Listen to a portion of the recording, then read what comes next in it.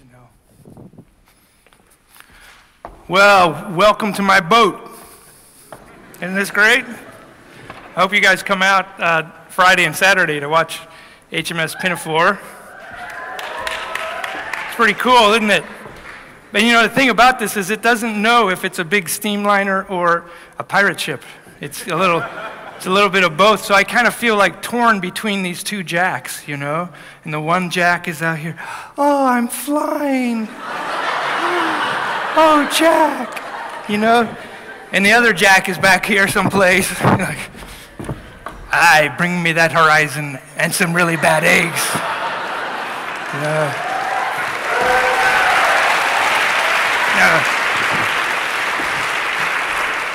I know I'm not as romantic or funny as either of those guys. But, you know, giant shipwrecks and pirate ships are pretty fun to talk about. But we're going to talk about something else that's really fun, maybe. It's maybe kind of fun. I'm not sure. It's this notion of the salt of the earth. That's our theme for the semester, the salt of the earth. And it comes from this passage that Chanel just read for us. You are the salt of the world, says Jesus. You're the salt of the world. But the question I have is salt really interesting? You know, when was the last time you saw a story about salt on your way through the checkout lines in the tabloids, you know? Or friends talking about movies. Hey, it was a good movie. I heard there's a lot of salt in it, you know? No, we don't. We tend not to think too much about it. It's a little bit boring. All right. I also wonder, is it really valuable? You know, in this passage, Jesus says, if salt loses its saltiness, what do you do with it? Throw it out in the street to trample on. Well, we live in a world where you throw good salt that has a lot of saltiness. You throw that out in the street to be trampled on, right? You salt the roads with it. We have so much. It's incredibly abundant. Salt, you know, the way we even dispense salt is a little odd to me. I've never figured out these little packets. You know, it's the only condiment that comes in corduroy. It's, you know, they're like little twin sleeping bags for pill bugs or something. Have you ever been through the takeout window at a fast food restaurant and you get fries and they throw about 20 of these little tiny bags into your thing? And just in case you only want to open half of it, you can tear part way and pour the salt. But mostly stuff like that we throw out. Right? There's not much value in it. And another question I have is this: is it sexy? You know, it's not like, I mean, Jesus could have said, you're the Tabasco sauce of the world, you know?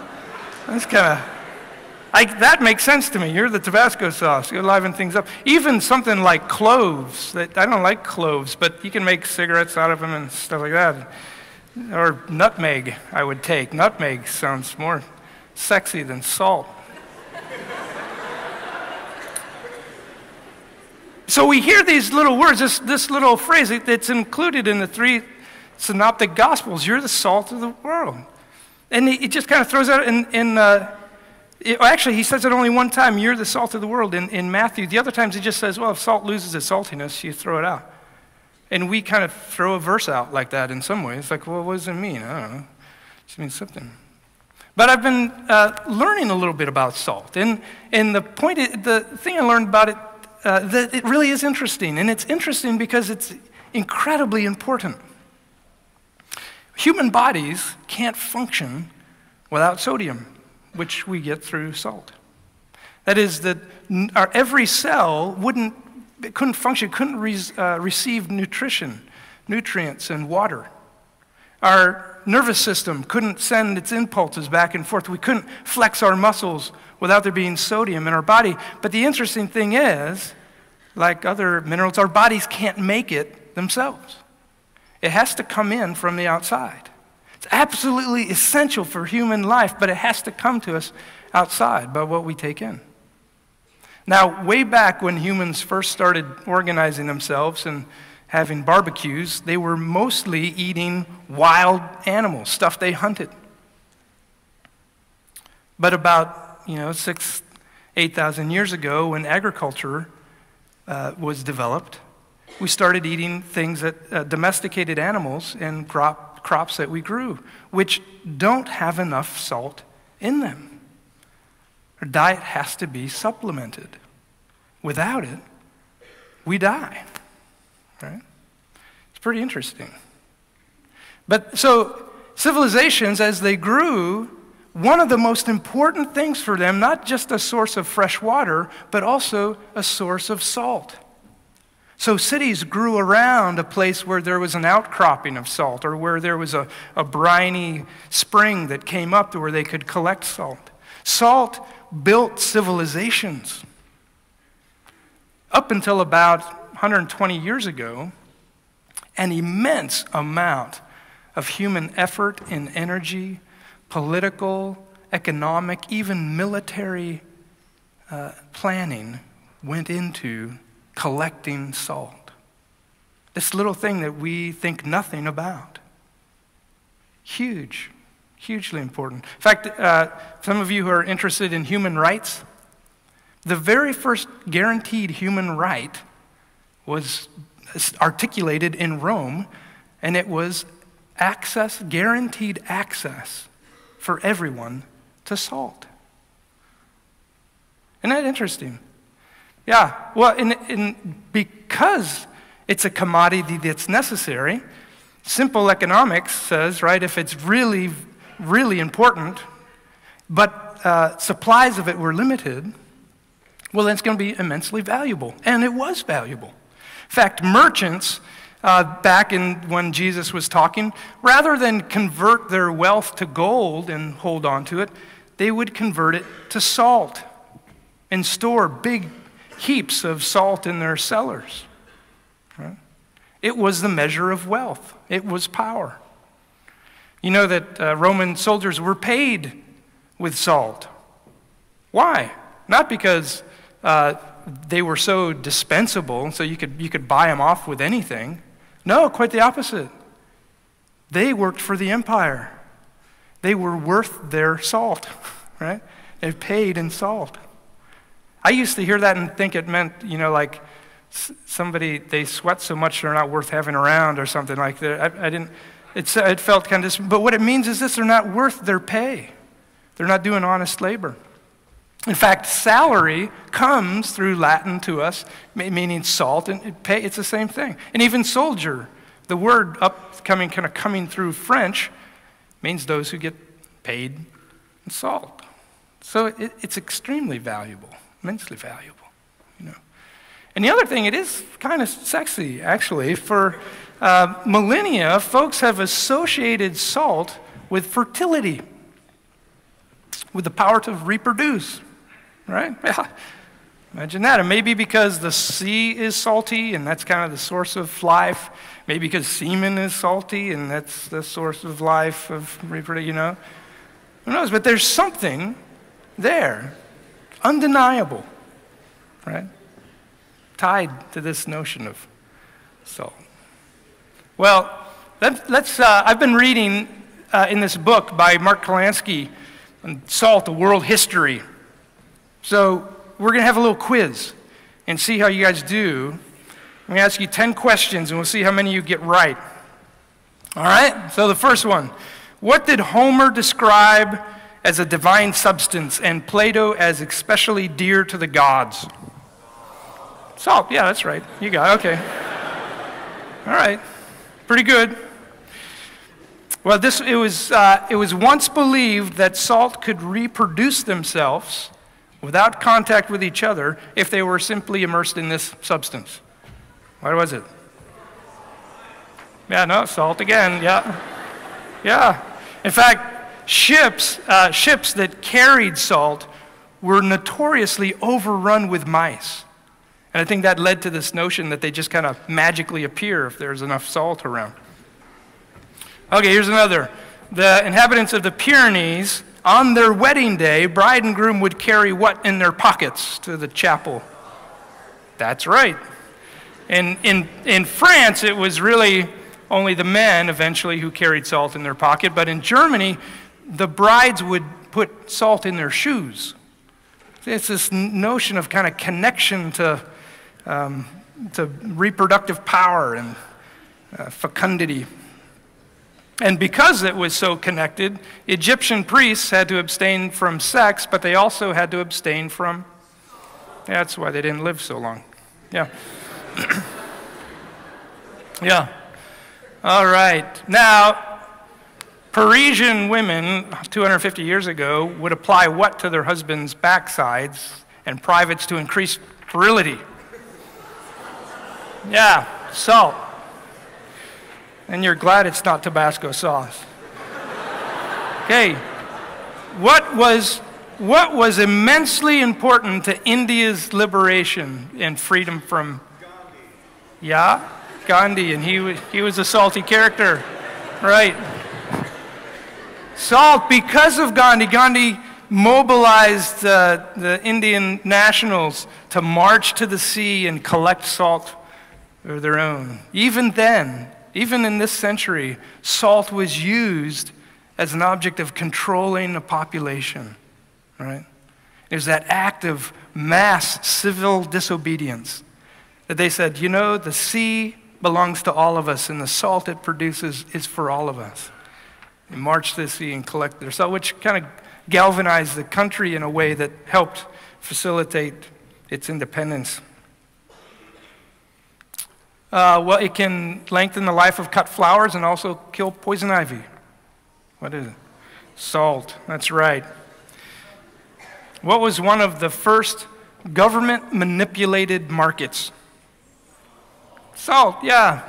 Rome would sometimes lower the price so everyone had access to it, and at other times inflate the price so they could tax it and increase the national treasury.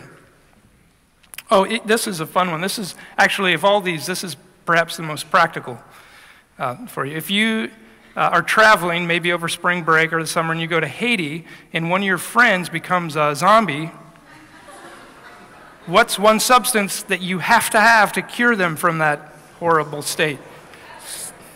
Salt. Yeah. Yes, okay, and a final one. This has been used by dentists therapeutically as an antiseptic for tooth decay and swollen gums, and that is pepper, actually. Yeah, gotcha. So 90%, that's a B+ in my class. So what's the point? What's the whole point here? Salt is interesting and important. It's valuable. It's even kind of sexy. You know, salsa. You know, salsa is kind of sexy, right? You know where that comes from? It's to be salted. Yeah. But you know, the truth is, I'm still not flattered by being called salt. I still don't really like it. I don't kind of wear that as a badge of honor. When I wrestle with who I am and what I'm about, what's my identity and what's my purpose? You know, salt, being salt is still not really high on the list, even though it is immensely important. It's tied to generative powers. And why is that? Well, mostly because salt is used for something else. It's not for its own sake. Salt is not for its own sake, only for the sake of something else. You won't see salt listed on a menu anywhere, even though it's in almost every item that's in the menu. No, not one of you says to your roommate, you know, hey, it's 1 a.m, let's go over and lick some salt at Lane. You know? You just don't. Salt, you know, it's used for preserving and purifying and seasoning things, helping other things become fully what their best is. That's what seasoning does. It pulls out the best of things around it, but it spends itself entirely in the process. And so that's true with our identity. our purpose. Now, to wrestle with these things requires for me a calm mind and a quiet heart where I can look into the still waters of the Spirit's reflecting back to me who I am and ask, am I content to be for something else? Honestly, mostly, I'm not. I want to be the center of attention. I want to be, the chef's special on the menu, not some invisible condiment that's not even mentioned. And yet Jesus says, if you want to know who you are, if you want to come into the fullness of your purpose, it's this. You're salt of the world. I'm so glad that Abram mentioned Reverend Lawrence Brown, who spoke on Friday. He quoted this passage, and I spoke with him afterwards. He said, I didn't know that. It's great, Spirit making connections. But he confessed to us a confession that perhaps many of us could also make, that when he started out his career as a 25-year-old pastor, he had dreams of a megachurch of which he would be the head, right? Thousands attending, his own clothesline. He even talked about an international carrier service bearing his name, But God had other plans. And thank God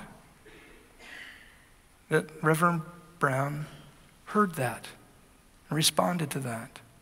He's let his life be spent in being seasoning in the communities and the neighborhoods of Boston where he lives. It's not what he wanted. It's not perhaps what he thought would secure significance and importance and security and fame for him. No, but it was something else, a purpose actually much greater than that. Right? This is kind of that ironic kind of thing. Everybody I know, and I know a lot of folks who are doing exciting, interesting Christian work, and every one of them I know who have let die a dream of their own that they thought was going to make them comfortable, make them successful, make them significant. Everyone who's let go of that in order to pick up some work God has given to them. They're the most joyful, fulfilled friends I have. I think this is the thing that Jesus was getting at when he said, if you hold on to your life, you will lose it. If you spend your time seeking to protect and preserve and hold yourself together, advance your own cause, you're going to lose it all. But if you give it up, if you let yourself be poured out, sprinkled around, invested in other things for their good, then you find your purpose. Then you find your life. Then you're being what you're called to be. It's interesting. So it's in the losing of our lives that we find their true meaning, the spending it. So I want to ask you, just in an immediate sense, not your big life context, but just how you eat lunch and how you are present in your dorm or apartment, what type of interactions you have with people in the classroom or outside the classroom. What type of influence do you have on them? One definition of friendship is this, that a true friend serves to make the other one great. That is, they help the other person be the very best that that person can be. The best human, the best person that they're capable of. A friend helps them move that way. Is that the influence you have on those who are closest to you? That you're committed to helping them be their very best selves? Or are you more like me often? Friends are friends who I can amuse or who can amuse me, or we can provide some companionship together as we muddle along, but not really striving to make the others full. If you were asked the closest folks I live with, my family and my colleagues up in the chapel office and others, and you said, hey, tell me, your experience with Greg, is he like, is he salty? Does he help in these ways? Does he bring out the best in you? I'm afraid you'd hear something like this, Oh, who? Carmer? What? Salt? What? No. He's more like skunk cabbage, like stinkweed he is, foul in the air with his attitude. See, I had to disguise the voice so you wouldn't tell, if it was my wife or my son saying that. Yeah. But it's true. More days than it should be. I don't help others. I don't bring out the best in others. I sometimes make it harder for that best to arise. Yeah. So I wonder about that. I'm going to challenge you to think about that. Even today, observe your interactions and ask, is my presence here bringing out the best in those around me? And then, the second thing I want to ask is this. What are you being spent for? What are you using up your time? Perhaps you guys feel like you don't have a lot of resources. But what you do is that you may not have much discretionary money. You might feel that. But what you do have, and perhaps the most important thing you have, is your attention. What are you spending your attention on? Reruns of meaningless sitcoms? Are you investing yourself in your studies, even those required core classes, because you're becoming something that can be of better service to the world once you leave this place? If you wonder how it is that the core curriculum, or perhaps how your major, or what you're going to do professionally, if you wonder how that can make a difference, so come talk to me. I'd love to explore that with you. Some answers are easy, some are more difficult. But everything that's required of you here for a Gordon degree is part of that process. Do you embrace that? Do you give your attention to that? Do you spend yourself in a way for the sake of something else, for the sake of this world that God so loves? So you're the salt of the earth.